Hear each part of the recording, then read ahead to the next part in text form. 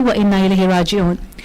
So this is ayah 156 from Surah Baqarah, right? And so the meaning is, surely to Allah we belong, and to Him we all will return. And so why do we recite this ayah when we hear that someone has died? There's two kind of general reasons. One is to make sense of death, right? So when someone dies, it shakes all of us. You know, when someone else is going through that transition, it probably reminds us of our own transition, of the transition of our loved ones. So it really shakes us up.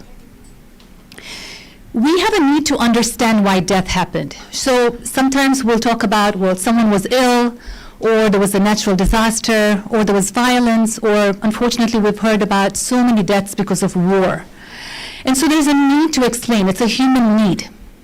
But the explanation, those are just excuses or circumstantial events that happen. Death is guaranteed, right? So the ayah really gives an explanation above all explanations, that we die because we are meant to return back to Him. The second reason is that it's actually a reminder, and this is more of a reason that is beneficial to us. So death is guaranteed, right? But how often do we think about it? And in a sense, as human beings, we are wired to survive. So we're not wanting to think about death.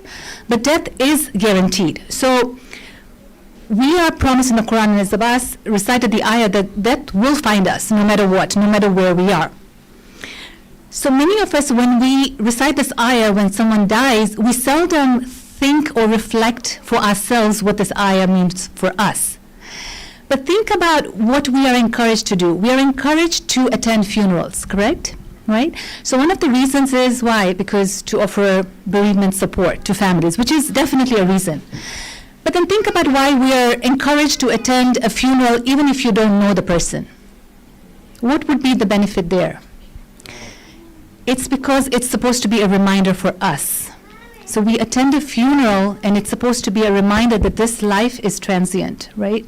And this is where we may be able to reset, maybe think about our lives, and the reminder that we too one day will be in the same place. And so the hadith, there's a hadith that says that those who attend funerals, every step they take, their sins are forgiven. And there's also a hadith that says that if you attend someone else's funeral, angels will attend your funeral. So again, the reminders are there for us. So these are the reasons that we try and have these workshops, because we want to remind ourselves and each other of the temporary nature of this world, and to think about death and dying in more healthy and realistic ways. But we will say that these conversations are not easy. These are difficult conversations to have. Allah has placed love and attachment in us. We love our families, we love our friends, we hurt when people die. So we ask that each of you decide for yourself how comfortable you are with the material we're going to share. As Abbas mentioned, we will have a more detailed visual presentation as well. So if you have children, or if you yourself feel a sense of discomfort, just be willing to gauge for yourself how comfortable you are.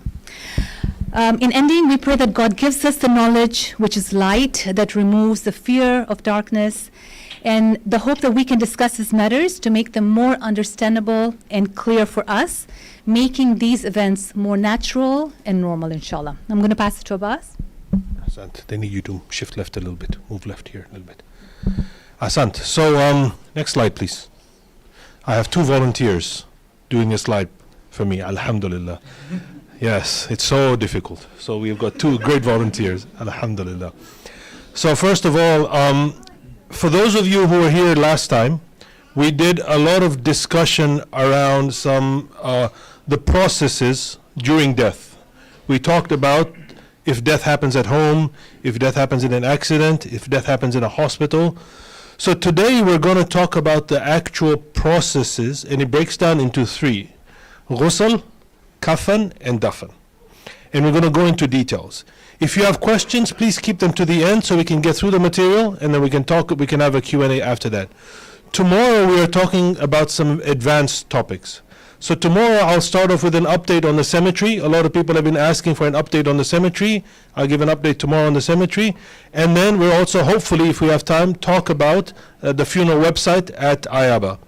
And then we'll go into some details about advanced directives. And my wife, because she works in this area, this is her field, she'll be doing most of the talking tomorrow, inshallah. So the ghusl, the kafan, and the dafan is what we're going to be covering today. And then we'll open up to Q&A. Next slide, please, Mateen. And Taqi. Who's doing the slides? All right, okay. So first of all, just some overview before we get into the actual ghusl process. This is really important. First of all, those of you who are here today, alhamdulillah. Why? Very, very important. The rites in Islam, the rites of funeral are wajib. And they are wajib for everybody. Meaning each and every one of you is responsible. If there is a Muslim who dies, it is your responsibility, each and every one of us, to make sure we do the funeral rites. However, this is the beautiful part about this subject. However, it is known as wajib kifai, meaning if one person does it, you are absolved of your responsibility. But tomorrow, if one person is not around to do it, each and every one of you will be asked, did you do the funeral rites? So very important. This is why this workshop is important, because you need to know how to do the ghusl, how to do the kafan, and how to do the dafan. This is wajib. But because we are here and we have a team of volunteers, we take care of it. So we want to explain what we do so that you can be comfortable and help as well. If it is a sister who has passed away and the family wants to help in the ghusl, we are more than open to allowing that. On the men's side as well, if we have a ghusl to do, if the family wants to help, we are also very open to that. But people need to understand what we do and also take the fear out of it. So the recent death we had, for example, of Saeed uncle, both Zain and Ali helped us in the ghusl. Ashar was there as well, right? And when you do it yourself, you realize, first of all, how beautiful it is, the respect that we have for the body, and second, how important it is to understand exactly what we do. So today we'll be covering all the details of the ghusl, the kafan, and the dafan. Now, let me give some other example of wajib kifai, because I touched on it, but we sometimes don't think about it. So wajib kifai. Many times I'm giving Salatul Jum'ah, and I'm leading the khutbah, and somebody walks in and says salam. Right? So many times I've had to tell people, don't say salam. You know why? It is wajib kifai. One person has to respond. If nobody responds, I have to stop and respond. Right? So wajib kifai is one of those things that we have where if one person does it, the responsibility is lifted from everybody. But if nobody does it, one of us has to do it. Right? So responding to salam is wajib kifai, for example. Another one is qurbani for the household. You know how we give, for example, if one person gives a qurbani, the responsibility is lifted from everybody else. We don't think about it, but that is the way the Islamic jurisprudence gives out. Another one we had 2 days ago, I think 3 days ago, I don't know, we had an iftar, and everybody was taking out their phone to figure out qibla. Only one person needs to do it. If one person does it, the burden is on that person to get the qibla right, so make sure you use the right app. But if one person figures out the qibla, the responsibility is lifted from everybody. That's wajib kifai. So everybody needs to know how to find qibla, but if one person does it, the responsibility is lifted from all of us. So likewise, these masail of burial is important for everybody to know. Allah subhanahu wa ta'ala tells us, and this, I was in a discussion some weeks ago and somebody asked me, why don't you do cremation? By the way, we have some Muslims who do cremation. Cremation is not allowed for us. Why do we not do cremation? Why do we do burial? Allah subhanahu wa ta'ala gives us a beautiful ayah in the Quran. The example of Habil and Qabil. First, burial that happened, according to our sources, when one brother killed another brother. And he didn't know what to do. And he panicked. And Allah sent 2 crows. And one crow dug a hole and buried the other crow. Right? So this concept of respect to the dead, digging and burial From the beginning of time, Allah established a template. This is why we do it. Now we live in a Western country, a capitalist country, a country in which money is first in people's minds. So we have to be aware at the time that when death happens, there are some decisions that have to be made because we live in a capitalist country, but we try to uphold all the Islamic values. And here, alhamdulillah, today we went to the cemetery. The first burial we did in Austin was around 21 years ago. So for 20 years, give or take, we have been burying people here. So alhamdulillah, we have the Islamic tradition. We uphold the Islamic tradition despite the fact that we live in a Western country. And so for those of us, we don't know where we're going to die, but if we die here in Austin, inshallah, everything will be taken care of. But it's important to understand what those things are. Next slide, please. Okay, so now we go into the ghusl. That was just an overview. Now we go into the ghusl. Ghusl is the washing of the body. And there are some parts that are wajib, there are some parts that are mustahab. And then there's a lot of makruh and things we should avoid as well. I'm just going to focus on the wajibat. So the ghusl, which is the washing of the body,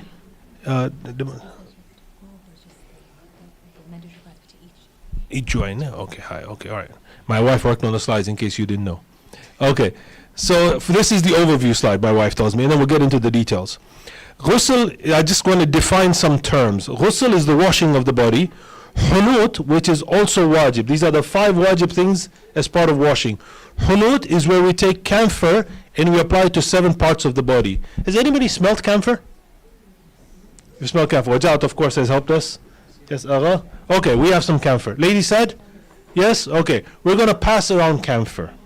Smell the camphor. Camphor is very strong, and so some people also get sometimes fearful when they smell camphor. In hunut, camphor is wajib, right? It is required, and we use it. We sometimes mix it with kaka shifa, just as a, mustahab, but the actual wajibat is hunut. Kafan is wajib.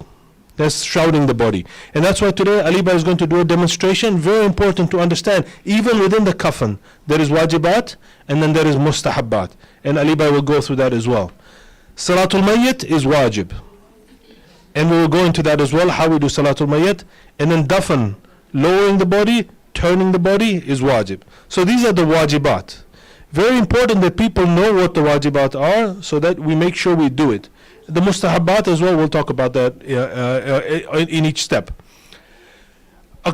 Just in case somebody has a question, the first 2, ghusl and kafan, is wajib on a Muslim of any age, even a child. Namaz-e-janaza is only wajib on a child who is 6 and above, right? But the ghusl and the kafan is wajib even on a child of less than 6 years old. Just to be clear about that. Okay, next slide, please. Okay, the ghusl itself. So we have some children here. Okay, I won't go into too much detail, but I'll try and explain, inshallah. When we receive the body, we don't know where the body came from, right? It could have been involved in an accident, could have been at hospital, it could have been at home.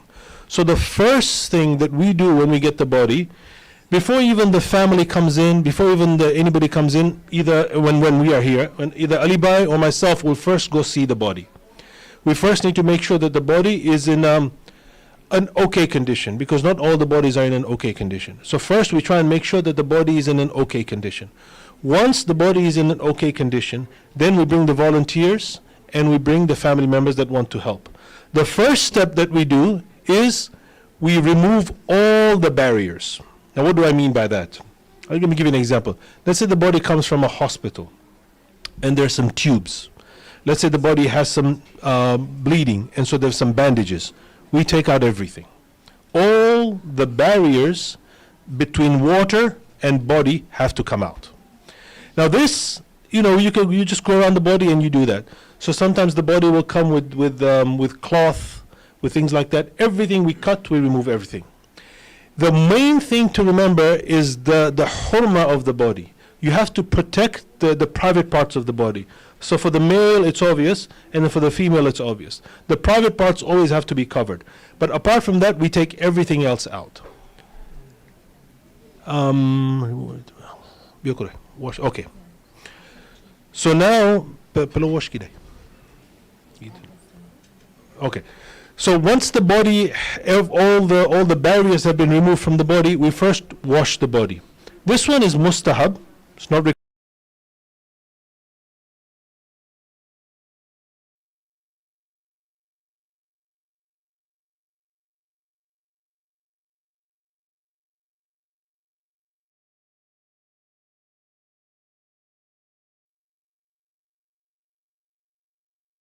gently scrub the body. The temperature of the water, not too hot, not too cold. In fact, it's very important to get the temperature just right, because we are told that the temperature has to be in a very fine spot, not too hot and not too cold. Most of these places, when we go to wash the body, have hot and cold, and so we adjust it and then we get it going. Now, once we remove all the barriers and we have washed the body, we have removed the visible najasat. It's very important. Please repeat after me. Visible najasat. I want to make sure everybody's focusing, right? Because this is wajib. Visible najasat. So if you see bleeding, you take that out. If you see bandages, you take it out. Any visible najasat has to be removed, because you are now going to start the wajib ghusl. And the wajib ghusl is important to be done on a body that has been removed of impurities, visible impurities, right? So there are 3 ghusls to be done. Now, trivia. Let's see how many remember their days of madrasa. There are two ways to do ghusl. Anybody know the 2 ways to do ghusl? Ghusl tartibi, the ladies are beating you, and ghusl irtimasi, ahsant. Right? Ghusl irtimasi is what? Ghusl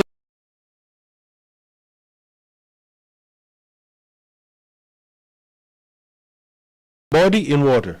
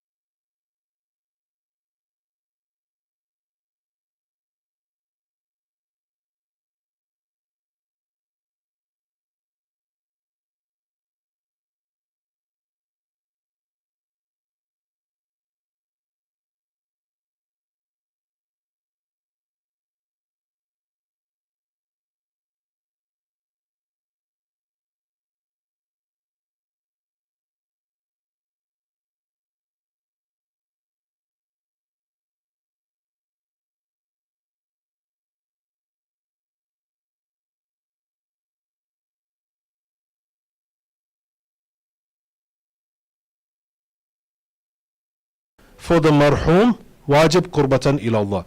You don't need to say I'm doing the first one or the second one. You don't need to say I'm doing water with berry, with sidr or kafur. I am doing ghusl, method of tartib.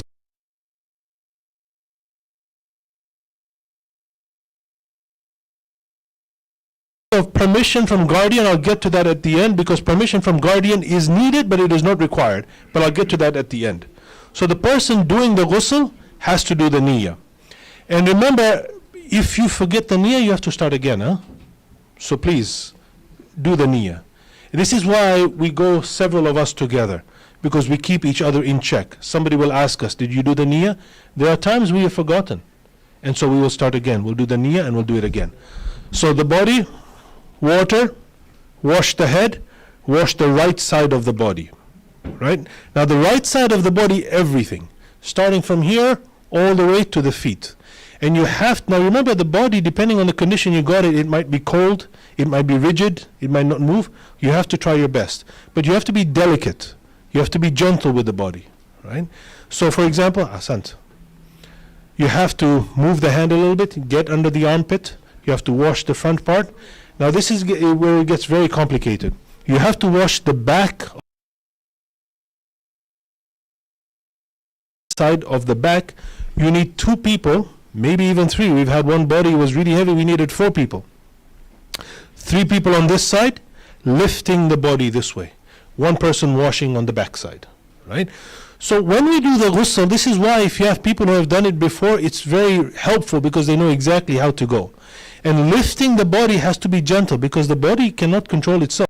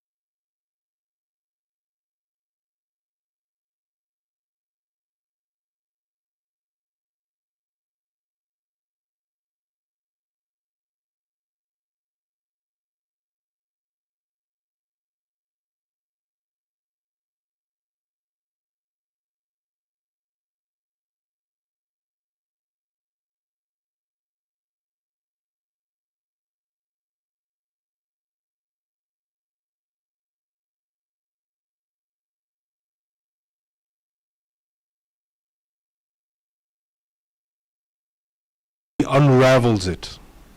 So by the time the body is dry, we bring the body in a stretcher, and the coffin is on another stretcher here.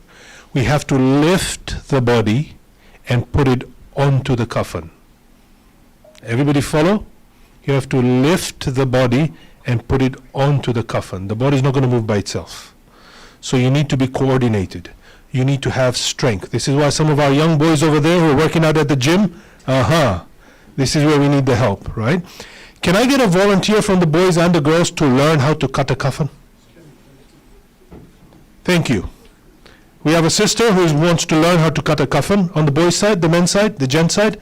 Who wants to learn how to cut a coffin? Wajah, thank you so much. Okay, so we have one on the brother's side, one on the lady's side. Alibai will teach you how to cut a coffin. Very important. Let's have people in the community that know how to cut a coffin. Alibai mentioned buy your own coffin. One very important rule. There's no bargaining on coffin. Huh? No bargaining on coffin. You walk up to the person, I want to buy coffin. Very important. Whatever price he says, you have to pay. There's no bargaining on coffin. Very important. If you have done Hajj and you have ihram, you can save your ihram. We can use the ihram, provided it meets the criteria. It has to be natural, no stitching, which is normally there for ihram. But if you have an ihram and you want to use the ihram, it is recommended. Alibai said inscription. Now remember that if you write ayah of the Quran on the coffin, you have to, when you have two Islamic rulings, the rulings have to gel with each other. So for example, the writing of Allah's name, the Quran, cannot be touched with najasat, right? Just with raw hand. You have to have wudu. So if people are going to be touching the body and there is ayah of the Quran, you are causing a problem. So if you have ayah of the Quran, make sure it is inside, so it is not touched by the hand. Some people write it on the side as well. That's okay, provided it won't be touched by people, right? Because this has to be kept in mind. The other thing was these strings that we have, right? We tie these strings just to keep everything together. I'll get into that when we get into the grave, what we do, but the strings are there. It's like a lollipop. I'm sorry to say it, but it's like a lollipop. You tie the strings so that when you transport the body, everything stays together. When we go into the grave, we open these strings. So the strings are there to keep everything together, and then we open the strings. Okay, Farjad, what's your question? Yeah, some of the ihrams these days, they are like a thicker material. Yeah. It's very hard to do. It's very hard to use those thick ihram material for the coffin. So, yeah, I don't know. If you have one, we'll make it work. But it's that's the problem we have. Is you see how light this is, right? It's much better. So if you're going to buy a coffin, buy one that is light material. If you have an ihram, if we will use it, we'll use it. We might have to use other material. For example, the outer chadar has to be big, so we might not be able to use the ihram for that. Yes, Wajad, you had a question? No? Lady side questions? Yes, Auntie. Not a question, just a comment. For example, when you learn a person you're not familiar with has passed away, then the funeral committee tells you an approximate size for the patient, for the person, so that you know it's a small coffin, a medium, or a large. Yeah. So it's important to know. Yeah, so there's a difference, male and female coffin, and then size is also important. When Alibai cuts the coffin, my coffin volunteers, Wajad, yes, you will also need to know. Yes, there are three sizes. Alibai will show you, small, medium, large. Generally, or no, medium, large, extra large. Medium, large, extra large. Very few extra large, yeah. Medium, large is the most common. So depending on the size, we cut the coffin accordingly. Very important. Yes. So how much fabric should you have if you're going to buy the fabric? Like, how many yards do you buy? First of all, the fabric needs to be, it's basically called a sheeting fabric in the garment industry, and then it shouldn't be see-through. It has to be very thin, but shouldn't be see-through. And usually it comes in 63-inch width. So the width of the fabric, usually if you go to a fabric store, you will find it in 63 inches, and it's a bleach fabric, not dyed fabric. Dyed is usually in different colors. So bleach fabric or a raw fabric, and usually it comes from 60 to 72 inches width. So you get 63 is the most what we use, and the 63 inches we need a big chadar, which is from 88 inches to 94, or sorry, from 88 inches to 104 inches long. That's the big chadar we cut. And then the next is the wraparound, the kurta. Kurta is from somewhere from the knee, goes up to the neck and then back again. So maybe about, I have the sizes in this booklet. Everything is explained in this, that how you cut it, what size you need, how you place the fabric on each other. It's everything starting from when somebody passes away for ghusl, and everything is in this booklet. And the third is the wrap around the waist. So it has to overlap. You start from somewhere and then you overlap it. It's just a piece of big fabric which you roll, wrap around the waist, and it starts from here and goes up to the end of the leg. These are the three. But all sizes are mentioned there. And I think you need about 2 and 3 and maybe 6 or 7 yards of fabric probably. I haven't calculated, but that's the, so you get in the roll form, so you just unroll cut one chadar, then again unroll it, cut for the kurta, then unroll it and cut for the wrap, these 3 pieces. And if you want to cut for the mustahabats, you can do that too. Thank you.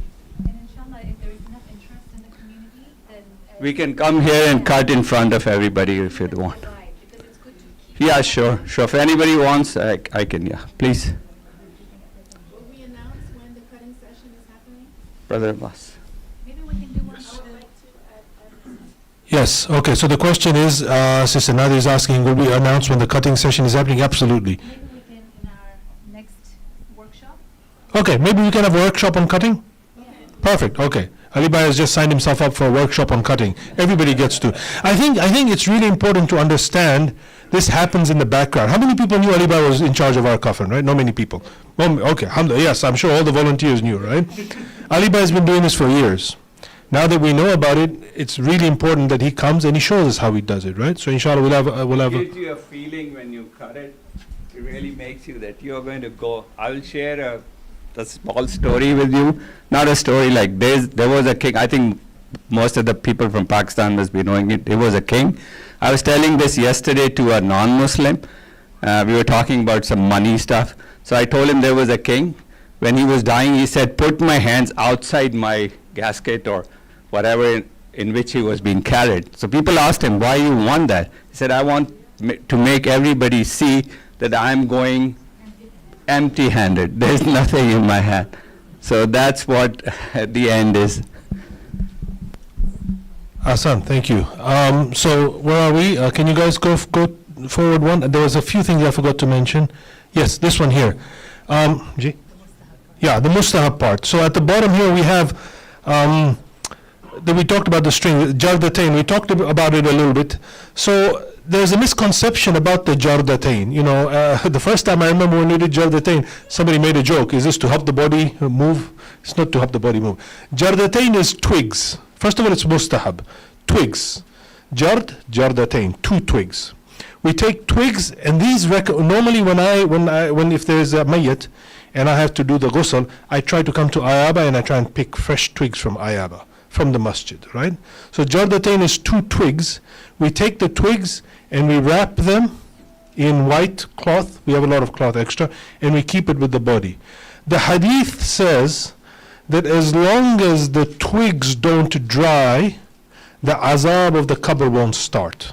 Right? So it's to give the marhuma, time in their grave. Right? So the jardatain is mustahab, 2 twigs, we wrap them and we keep it together with the body, on the side of the body. It's mustahab.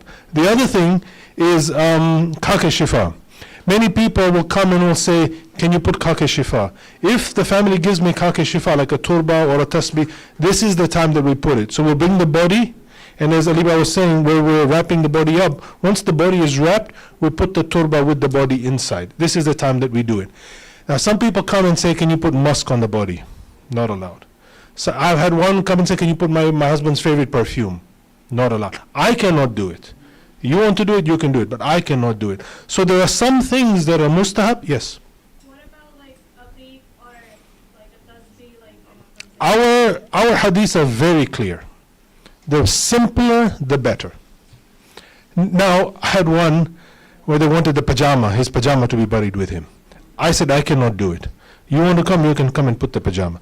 I had one where, for example, somebody came with an akik ring. I refused. I said, I cannot do it. If you want to do it, you can come and do it. So our instructions are very clear. Yeah, our hadith is very clear that we don't do it. In the culture, if they do it, that's fine. But here we don't do anything like that. One person wanted, for example, that he had a favorite Quran that he used to recite. Even the Quran, we are told we are not supposed to add anything extra. But if the family wants to come and do it, I don't say no. I say I cannot do it. But the family sometimes wants to come and put something, they can come and do it. But our hadiths are very clear. The simpler, the better. Because where the body is going, it's returning back to its Lord. These sentimental things that we have, maybe they're important for us. So if the family wants to do it, I don't say no. But our hadith is very clear that it is recommended not to add anything else. Sometimes people will bring something from Karbala or something like that and say, can you put this with the body? Something like that we can put on top. We put with the body, so it goes with the body. But anything else, akik and things like that, normally we don't recommend. Now, musk is a very interesting thing. Ahlus Sunnah use a lot of musk. If you go to the coffin, after do the coffin, they'll bring musk and they'll put musk. So our hadiths don't recommend anything except camphor. Yeah, but we don't do it here. Okay. Yes. So you mentioned Hanki Shifa, is that so you have to only mix it with camphor, or you can put Hanki Shifa separately? So the question is, the kaki shifa, the turba, is it just mixed with camphor? No. Mixed with camphor, we do mustahab, but after that, if there's any extra kaki shifa, we will put it with the body as well. So sometimes people give us a turba. Somebody will say, I have this tasbih that I brought from Karbala. That I will put, no problem. I'll put it with the body. Once we have done the coffin, and then on the chest, normally I will put that. If they have a turba or a tasbih, I put that on the chest. That's in addition to the kaki shifa that we do with the camphor. Anything else? Okay, time check. It's 9:10. I want to give us 20 more minutes, and then we'll open up for more Q&A. Can you go forward? Okay, a few things to keep in mind. By the way, Ariba, we got a request. Somebody said that the video has been cut off. So I don't know what that is. If you can take a look. Yeah, so the gender issue. There are a lot of rules about what gender can perform, but mahram and non-mahram. But generally speaking, for the men, it's men. For the women, it's women. We try and keep that like that. Now, after the coffin has been done, sometimes the family wants to spend time with the body.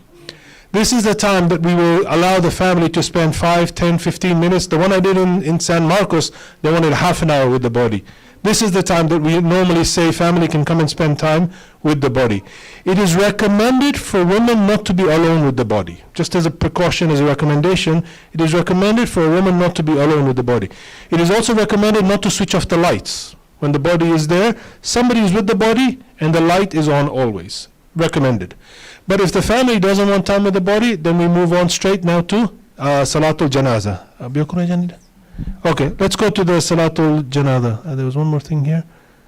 Okay, yeah, we talked about do not share, right? Okay. Next slide. Volunteers. Nope, next slide. Thank you. Okay. Salatul Janaza. So just to recap, we did the ghusl, we did the coffin, now we're going to Salatul Janaza. This is before the dafn. Now, back home, they will do Salatul Janaza in the mosque, typically. Here, it's very difficult logistic-wise to do it. Ahlus Sunnah, one of the reasons they do the Salatul Janaza in the mosque, after Dhuhr normally they do it, because they have a lot of people. Inshallah, pray one day we are able to do Salatul Janaza in the mosque, and we are able to do it at Salatul Jama'ah, so people are there as well.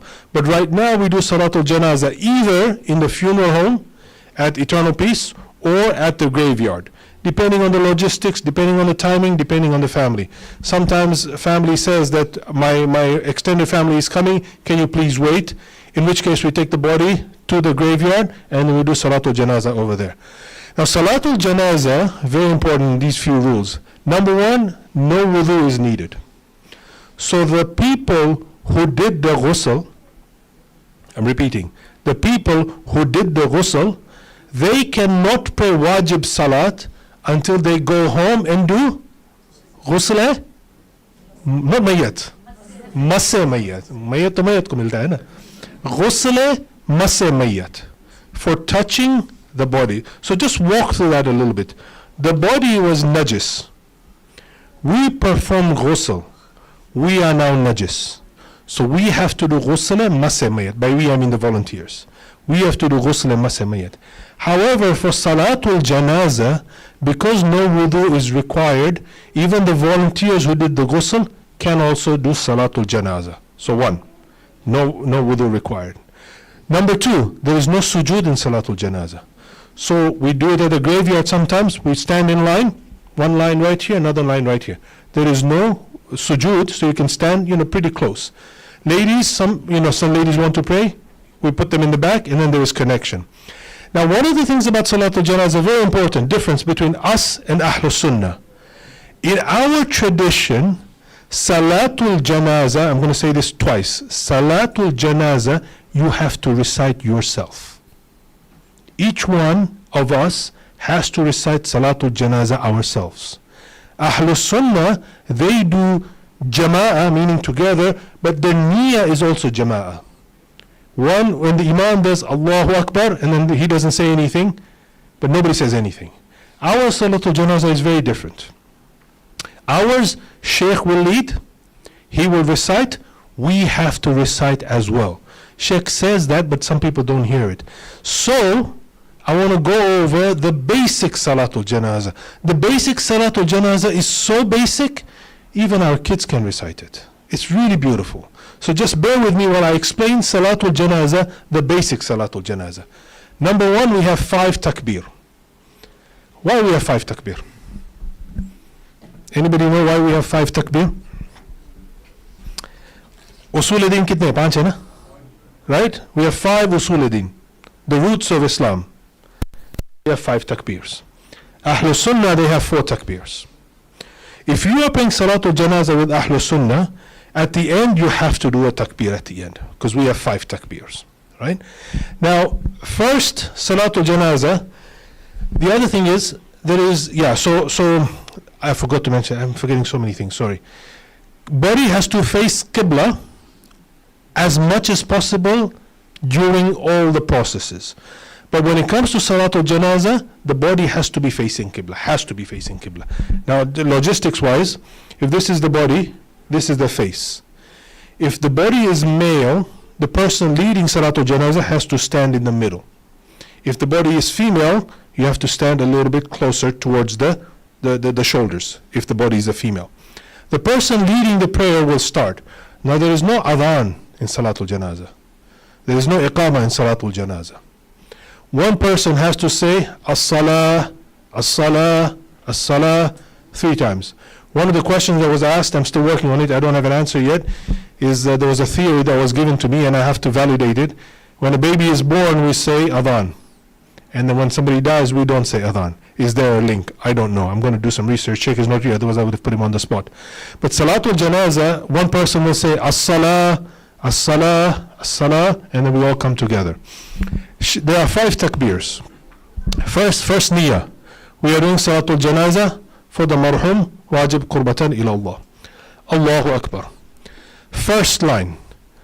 لا إله إلا الله أشهد أن لا إله إلا الله وأشهد أن محمد رسول الله. I think we all know that. Allahu Akbar. اللهم صل على محمد وآل محمد. Allahu Akbar. Right, now we're on the third one. اللهم اغفر للمؤمنين والمؤمنات والمسلمين والمسلمات الأحياء منهم والأموات extra تابعه بيننا وبينهم بالخيرات إنك مجيب الدعوات إنك على كل شيء قدير. But let's say you don't know that. اللهم اغفر للمؤمنين والمؤمنات. الله أكبر. The last one. اللهم اغفر هذا الميت. الله أكبر. Finish. That's the basic Salatul Janazah. So, Allahu Akbar, praise be to God.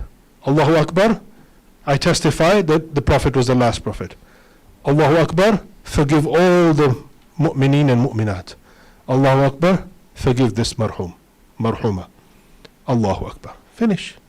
That is the basic Salatul Janazah. We should all know this much at least. Now when Sheikh is reciting, we should also recite. Now there is an extended form of Salatul Janazah where each one of these goes on for quite a bit, right? Maybe a minute or two when I say quite a bit, but that is the extended Salatul Janazah. This is the basic Salatul Janazah. Okay. Okay. Yes. You're not supposed to remove shoes as well. So if you notice, Sheikh takes off his shoes. It is recommended to take off your shoes, but you don't have to. This is one time you can be like the Ahlul Sunnah. Right? They pray with their shoes on sometimes, right? That's for wajib namaz to do it. Yeah, right, for wajib namaz. Salatul Janazah, so the question was, are you supposed to take off your shoes? It's recommended. If you notice, Sheikh takes off his shoes. It's recommended. But you don't have to take off your shoes. Right? It's one of those really interesting salah that you can pray in any condition, any state that you're in. Just go and pray. Right? Okay, last, Tanzil. Now, this is where it gets a little bit complicated because some people find this a little bit confusing, so I wanted to break this up a little bit. When the hearse, the car comes with the body, we take the body out, we do Salatul Janazah, assuming we're doing Salatul Janazah at the graveyard. Between where we pick up the body and where we bury the body, we have something called Tanzil. This is mustahab, it's not wajib. What we do is we stop 3 times. Now this is really beautiful if we just think about it. We are not in a hurry to take the body to its final resting place. We know it has to go to the final resting place, but we do tanzil, so we stop. When we stop, we bring the body all the way down. Sometimes I suggest let's do Suratul Fatiha, just to take a break. And then we lift the body again, and we go again, and then again. 3 stops. Recommended. This is tanzil. The 3rd stop is typically where we do talqeen. Now back home in Africa, talqeen is done in the grave. Here we used to do it in the grave, and then we had a very close experience. You see, in the grave, it's really tight. There's not a lot of space. And then the relative might be in the grave with the body. It's a very precarious situation. So nowadays we do talqeen outside before lowering the body, so we don't have to do it in the grave. But back home they do it in the grave. Talqeen is not wajib, but it is recommended, and it is highly recommended. In Iraq, I think they do talqeen 3 times. They recite talqeen 3 times. Here we do it once. We can do it multiple times. I got a question last time, why don't we recite multiple times? In the interest of time. But if somebody says we want to do talqeen 3 times, we can do talqeen 3 times. You can even do talqeen in your own language. After doing talqeen in Arabic, you can do talqeen in your own language. Talqeen is instructions. Isma ifham, isma ifham, isma ifham, ya fulan min fulan. You are now giving instructions to the body that when the malakain come to you in the grave and they ask you, Man rabbuk? Allahu Rabbi. Man kitabuk? Al-Qur'anu kitabi. You're reminding the body how to answer the questions in the grave. We mention the Prophet, the Imams, all 12 Imams. We mention about the Munkar and Nakir, Jannat haq, An-Nar haq. Everything is true. Do not be afraid. Now this is really important. The person reciting talqeen, ideally, is a family member. But because here, Sheikh might be reciting talqeen, a family member will then be holding the body. Now let me just explain this real quick. If the body is right here, you take your right hand and you put it on the right shoulder of the body. And you take your left hand, yeah, right shoulder, right hand on the right shoulder of the body, left hand on the left shoulder of the body. So as Sheikh is reciting talqeen, and Sheikh says the name of the marhum, of the marhuma, gently shake the body. So Sheikh will say, Isma ifham ya fulan bin fulan, just gently shake the body. It's a reminder. It's just to allow us to think of what we're doing, the talqeen process. So we remind the body and we give it the instructions. So we take the body out, we do Salatul Janazah, 3 times we stop, we do talqeen, now we are ready to lower the body in the grave. Now this is, sometimes the ladies don't get to see this, but I just want to walk through exactly what we're doing. Next slide. Okay, the burial. Now here at Cook Walden, they require us to lower the body using the straps. Back home, they pass the body into the grave. Ahlul Sunnah, if you go to their cemetery in Dale, they pass the body into the grave. It's very difficult. Because two people, I've been in the grave one time and it was a heavy body, Allahu Akbar. Allahu Akbar. I swear it's very difficult. Because you're inside in a tight space and you're receiving the body, and the person passing the body has to give it at the right angle so you can receive the body. So here they require us to use the gurney, the straps. Those straps are to lower the body so that it goes down and for safety reasons. But back home they pass the body. This is the way our tradition tells us, that they pass the body in the grave, but here we use the straps to lower the body. Now when the body is being lowered, you will notice people will make sure that it is right and aligned properly, because it has to land into the hole. We don't use a coffin. Your coffin is allowed, but it is recommended not to use a coffin. We take it straight into the earth, the way it is. The most important part at this point is, and if you see Ali Bai is always there to make sure, is eventually when the body lands in the grave, we're going to turn it this way. I'm going to repeat that again. The body is in the grave eventually, not while it's happening, eventually we're going to turn the body this way. So the face is towards Qibla. Now if you notice, we keep some rocks over there, right? And we keep some dirt. The reason for that is the right cheek of the body has to be on dirt. So now just stay with me here. You lower the body, and then you turn the body, and then you have to put dirt under the cheek of the body. This is called the lahd. And this is very important. That's why you see us sometimes, we're taking a few extra minutes. I'm in there sometimes, and it's very difficult because if the body is heavy, you have to turn the body, you have to put some rocks under the head, soft rocks, not too jarred, and then you have to put lahd, or dirt, near the cheek of the body. Once the body has landed, turned, and the head is resting, and the lahd is done, then we open the strings, the 3 strings, and then we come out of the grave. And then here at Cook Walden, they require a concrete liner. So you know that concrete liner that comes on top? That the reason for that, by the way, is in case there is flood, the body doesn't come out again. So they're required by law to put that concrete liner. It doesn't crush the body, it just goes over the body. So that's how we lower the body, we position the body, we loosen the strings. Now sometimes people will give me items. There was one burial we did, they wanted to throw roses. This is the time that they do all that stuff. Our instructions are very clear. Once the body has been lowered, one very important thing. This has happened before, not to us, but in another community.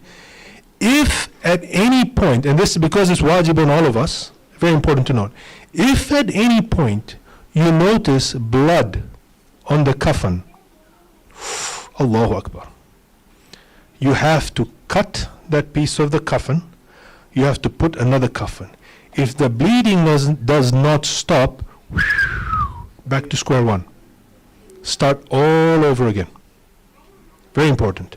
This is why when we do the coffin, we make sure that all the bleeding is done, everything is clean. There was one case in Orlando, after they lowered the body, they saw blood. All the way back to the funeral home. And the bleeding wouldn't stop. They had to start everything again.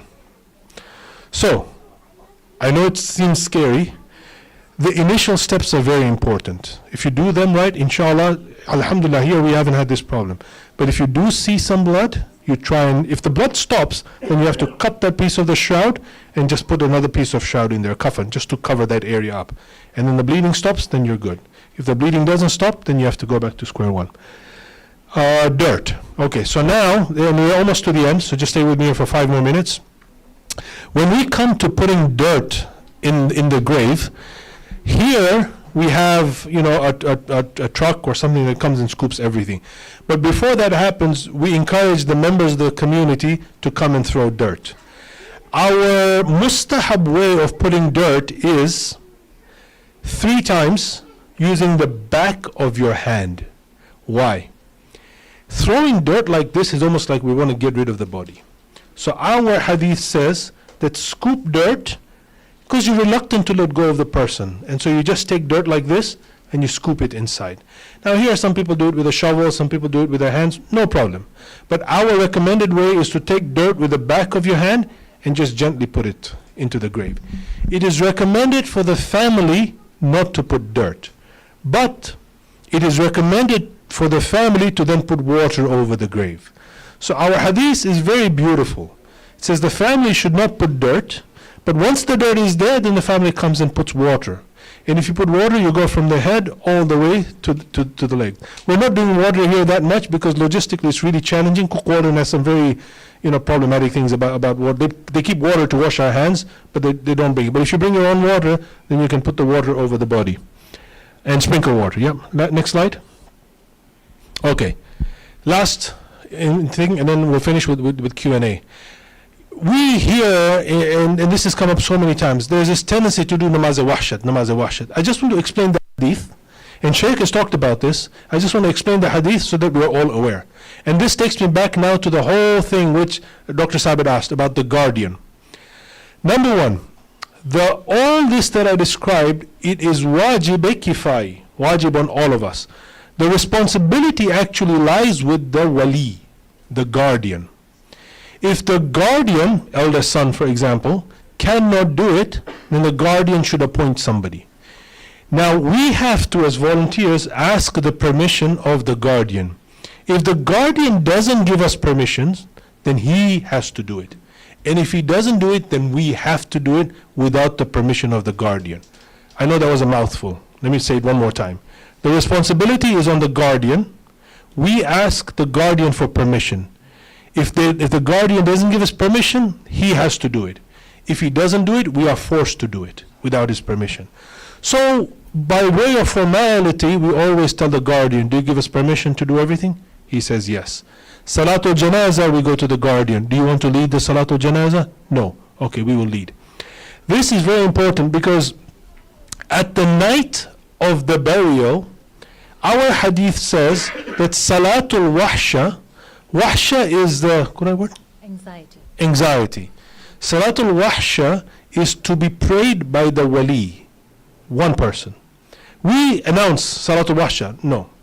In 1996, Ayatollah Sistani was asked this question from North America, and he gave a very interesting answer to this.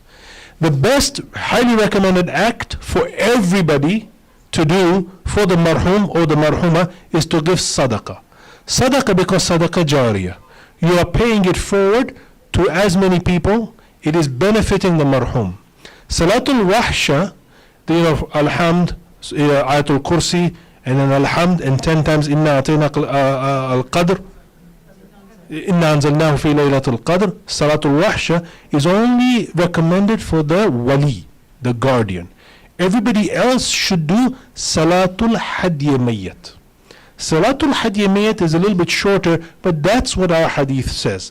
Now we are doing Salatul Wahsha, all of us, but we just have to remember that our hadith, there is no mention of this, and Ayatollah Sistani has answered this to say, Inshallah Allah will accept. But the recommended act is, the wali recites Salatul Wahsha, everybody gives sadaqah in the name of the marhum, and then at home, anytime, Salatul Hadiyya Mayyat. Even today you can recite Salatul Hadiyya Mayyat for the Mayyat.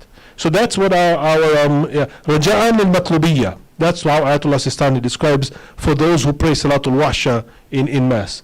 And then, by all intent. Next slide. Okay. That brings us up to 9:30, perfect on the dot. Thank you so much for listening. We're opening it up for Q&A, anything. Tomorrow's session, we're going to go into the cemetery update, and then we'll go into advanced directives. And so if you have questions about that, we'll talk about that tomorrow, inshallah. We have an ending here. Can you go to the next slide? Yeah, to wrap it up, we have a dua from Imam Ali, but questions? Yes, Sajid Bhai.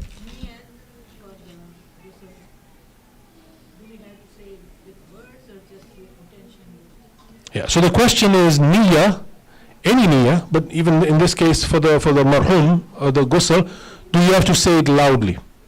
In your mind is enough. You know, when Ramadan started, hopefully everybody did niyyah, right? In your mind. I am doing niyyah, I will fast, month of Ramadan, all 30 days, inshallah, wajib qurbatan ilallah. In your mind, niyyah is done. When you say that you forget to say Yeah, niyyah, yeah, but you all go for the marhum yes, to do ghusl, then Yes. your intention is there. yes, yeah. So when you, yes, What does that mean? yeah. So the intention is, intention is purpose.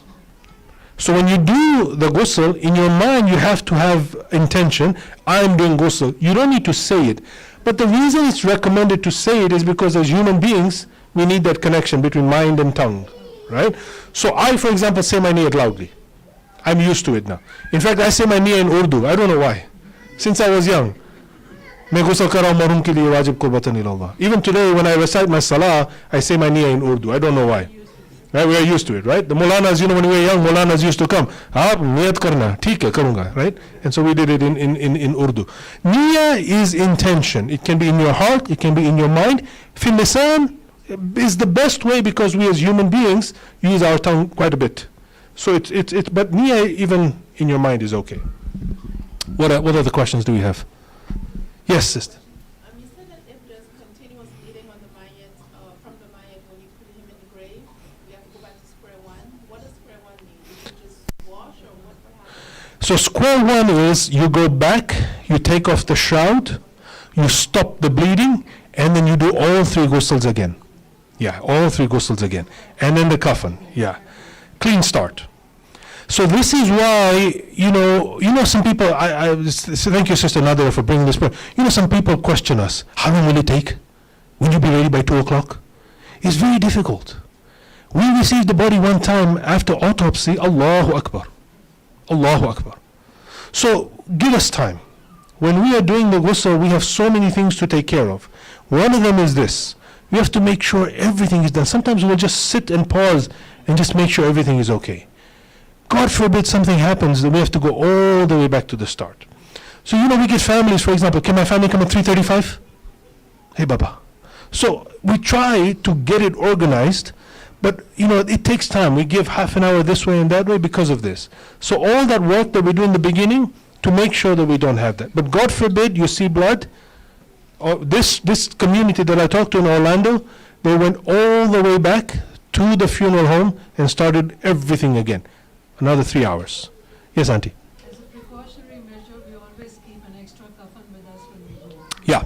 And also pieces of fabric. Yeah. So in our coffin box, we have extra fabric, extra coffin as well, for that reason especially, because you need to redo the whole coffin. So yes, good point. There's a question in the back. Why did you put dirt under the sheet of the grave? That's a good question. The question is, why do we put dirt under the right cheek? Wo jo lahad hota hai na, that lahad that we do, why do we do it? I don't know. I'll find out.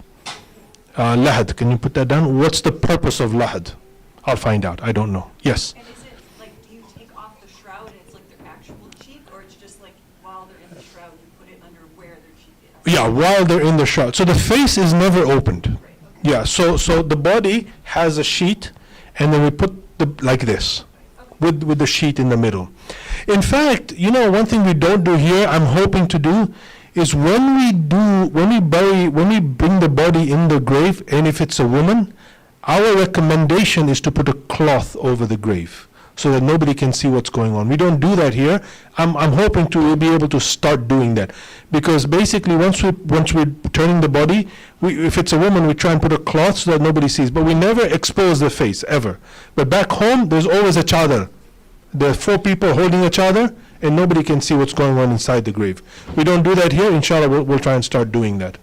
But yeah, the lahad I'll try and find out. Well, the men's side question, yes, Ashraf. So you used to put a wooden plank under. Yeah. As well. So recently I've noticed that we don't do that. Yeah, so the wooden plank, a bit of story there. Cook Warden, by the way, Cook Warden is a capital, they're publicly stock traded on the stock exchange, okay? So their money is their number one goal, right? So they want nice, expensive, coffin and stuff like that.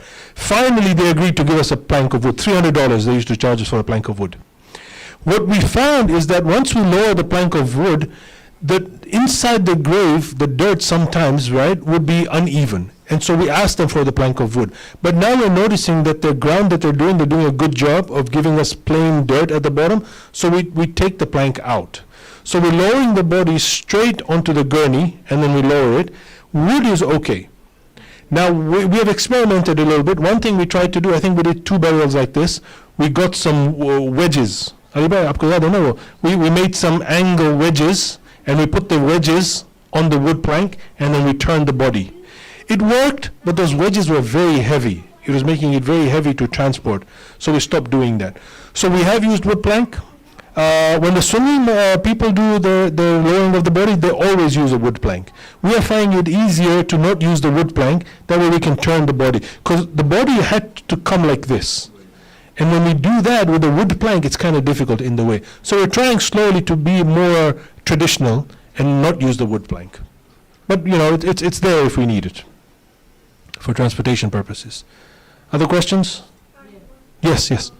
So the three whistles that you mentioned, one was with, two of them had something, one was varieties and then Camphor. the Camphor. camphor.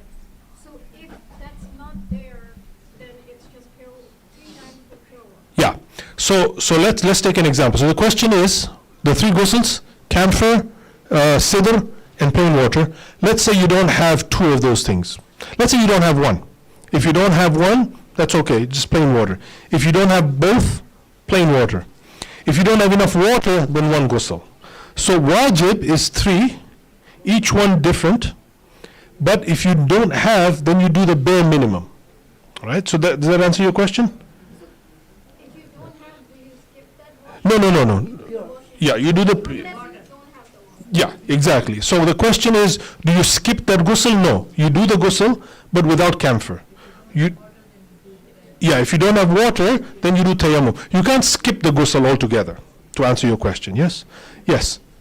Going back to bleeding, so bleeding has to stop like naturally, like you said, that when you put them in the grave, and if it bleeds, you have to clean it, and then, but if we need to stop it and it keeps on bleeding, we don't have any way, like we can't put any bandage on it or anything? No, so the question is, how must you stop the bleeding? We have to take any measure to stop the bleeding. We have used glue, gauze, sellotape, bandage, anything. Whatever you can to stop the bleeding. Some people even use stitches. I had one case where there was so much bleeding that I had to ask them to come and stitch the body to stop the bleeding. Yeah. Bleeding has to stop. And then bandage can, Yes, you can, yeah. So now you have two competing things, right? Bandage is a barrier. But if the bandage is needed to stop the bleeding, then you need to use the bandage. That's the way Islam works, right? Is you have two competing things, remove the barrier. But if you need the barrier to stop the bleeding, you must have the barrier.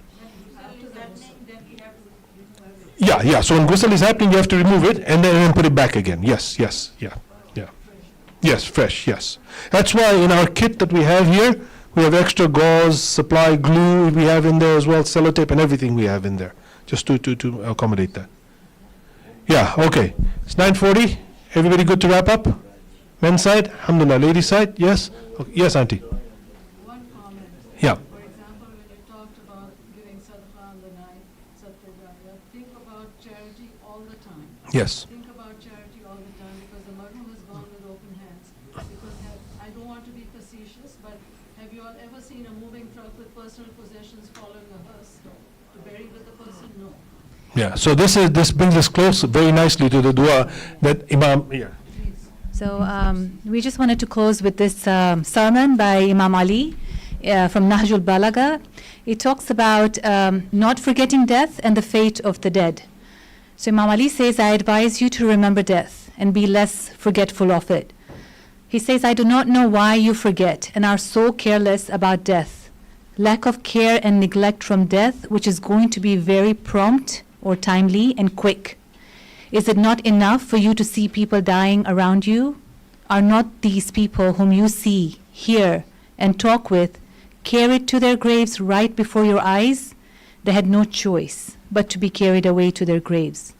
They were lowered in their graves. They did not go there of their free will and did not enter the graves of their own desire or ability. They disappeared from this earth as if their graves were their permanent homes. They were forced to leave the place which they had made their earthly home and were obliged to settle down in a place which they dreaded and feared. How carefully they planned and provided for a place which they had to leave, which is the earth, and how careless and unconcerned they were of the place which they had to occupy. Yes. Is this program recorded? Ali Azhar Chair. This is recorded. Inshallah, if you give us the slides, we couldn't put the slides on the recording. Yes. We can put it on the announcements. Yeah, inshallah. Yeah. So we need to update the slides and then we will send them out, but it has been recorded. Inshallah. Please recite the Surah Al-Fatiha for all of our marhumin. You have to remember that we've buried many marhumin, and so the community is now becoming very aware, which is a good thing, inshallah. So Allah give us tawfiq to be able to understand this process, to be able to be comfortable with death, and most importantly, to prepare for our own death. Please recite Surah Al-Fatiha.